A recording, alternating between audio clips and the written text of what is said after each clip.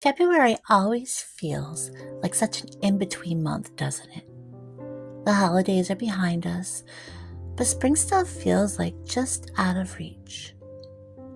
The house, much like myself, it feels a little tired, like it's been through the ringer of winter, and is just waiting for a breath of fresh air. I don't know about you, but this is the time of year when I start craving something new. Something small but meaningful to shake off the heaviness of winter, bring a little warmth back into this space. And for me, that always starts in the kitchen. There's just something about this room.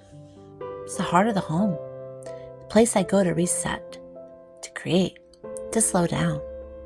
And lately, I've been thinking about how the simplest things we do here, like making something from scratch, it can feel so grounding.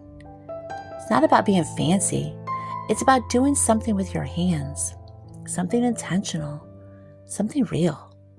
When Tim and I first moved into this home, I struggled with the lack of space. It felt like there was never enough room. I found myself daydreaming about a bigger kitchen, a bigger pantry, just more space to spread out. I would watch videos of these beautiful, spacious homes and think, if only I had that, everything would be easier. But over time, I realized that having more space, it wouldn't necessarily make me happier. Instead, I had to learn how to work with what I had. I got creative. I decluttered. I found ways to make my small home feel cozy and intentional. And somewhere along the way, my perspective shifted. One day, I looked around and I realized I wasn't wishing for a bigger house anymore. I wasn't longing for more. Instead, I had fallen in love with what I already had right in front of me. My little kitchen, my favorite cozy corners, the way the afternoon light filters through the window. This home, just as it is, it became enough. And that to me is the real beauty of homemaking. Not waiting for the perfect home or the perfect moment, but learning to love what you already have. Creating a space that feels warm and welcoming, no matter what size it is. There was a time when I felt completely stuck in my own mind. Anxiety, depression, it had a way of making everything feel heavy. Like no matter what I did, I couldn't shake the weight of it all. I remember thinking, is this just how life is going to feel forever? But little by little, I started finding small things that helped. Cooking, painting, keeping a routine, keeping myself on schedule.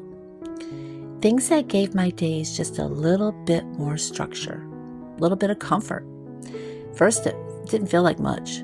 Felt like I was just going through the motions, trying to hold on to something, anything that made me feel a little bit lighter. Then one day I realized I was getting out of bed easier. I was actually looking forward to small moments again.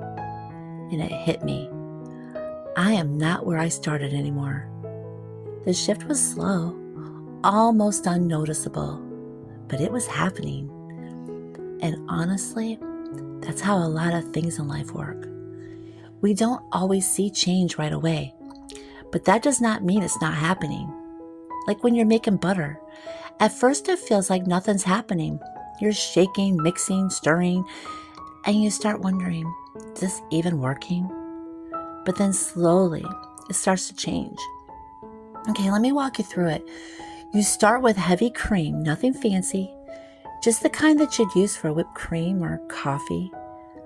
Actually, in a previous video, I walked you through how to make homemade heavy whipping cream from scratch. If you want to check that out, I'll have it linked in the description below.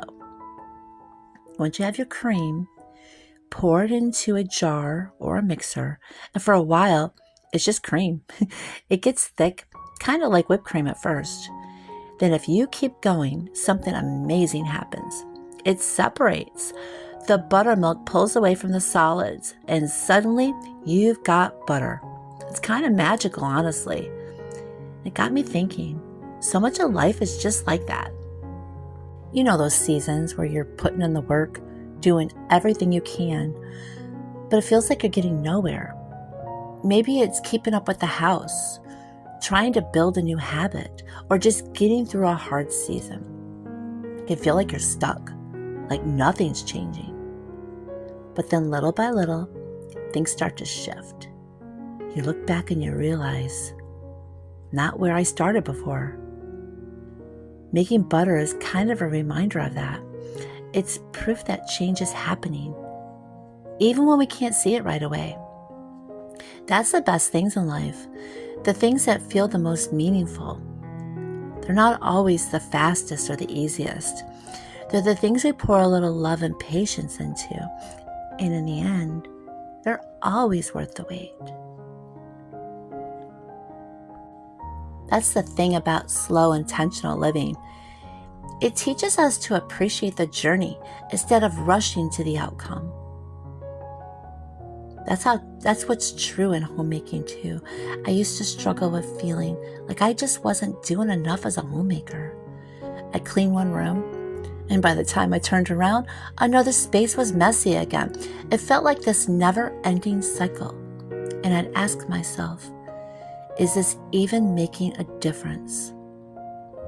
But then I started to notice the little things. How much easier it was to keep up when I did just a little bit each day. How routines slowly started forming without me even realizing it.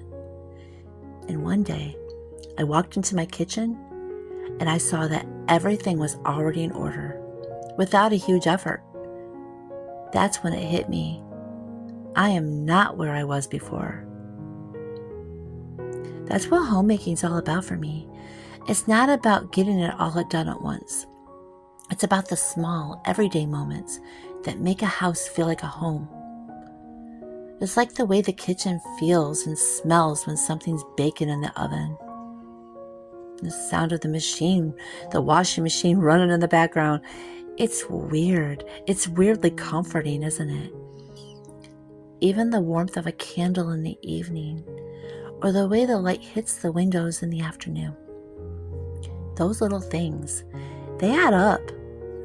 They would make a house feel lived in. Makes a house feel loved. Oh, but let's be real. Homemaking isn't always Instagram worthy.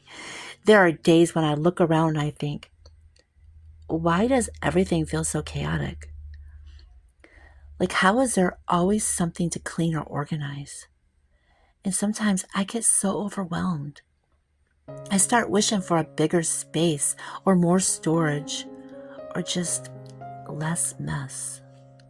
But then I remind myself, home isn't about having everything perfect. It's about creating a space that feels good to live in. A place that's comforting, not just for me, but for the people that I love. And that doesn't happen in one big moment. It happens in the little things, like making butter from scratch, just because it feels good to do something slow, simple, intentional. Because at the end of the day, it's those small intentional moments that bring warmth into our homes. They remind us that homemaking, it's not about checking tasks off a to-do list.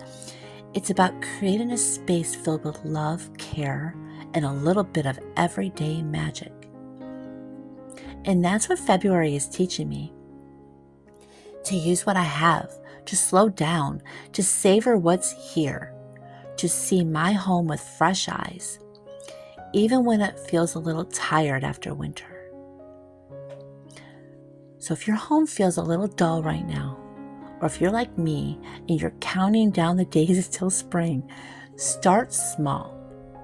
Open a window, let in some fresh air, light a candle, or bring home some fresh flowers.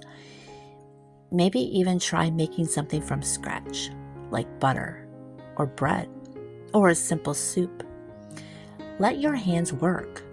Let your heart settle. And remember, your home is beautiful just as it is. Your home needs you to be fully present, fully grateful, finding joy in the little things. And as I wrap up this butter, tucking it away for later, I'm reminded that the things we take time to create matter. That a little bit of effort, a little bit of care, it can turn something simple into something special. So here's to February, to the in-between, to the slow, to the small moments that make a home. Thanks for hanging out with me today. Let me know in the comments what little things bring you joy at home this time of year. Don't forget to like and subscribe if you want more slow, cozy moments like this. Take care, and I'll see you next time.